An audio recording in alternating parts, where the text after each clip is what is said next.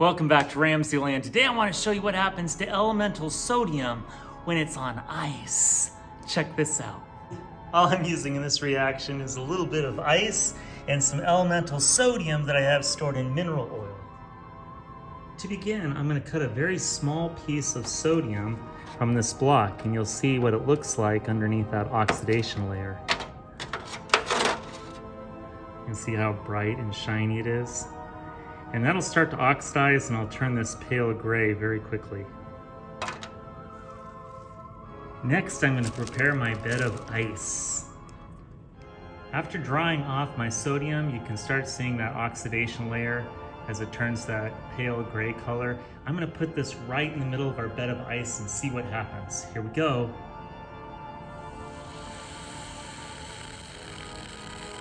Something's happening.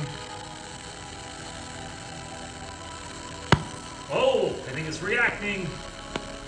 Fire and ice. Look at that. Amazing.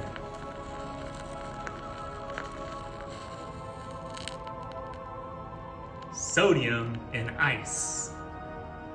So what's going on in this awesome exothermic reaction is you're combining the reactants sodium and water in the form of ice. So the sodium is the Na and the water is the H2O. And when those combine, you create the products sodium hydroxide, NaOH, and hydrogen gas, H2. Now the reason why it bursts into flames is because that hydrogen gas gets so hot in this exothermic reaction that the hydrogen actually catches on fire even though it's surrounded by cold ice. Just amazing in this awesome exothermic reaction.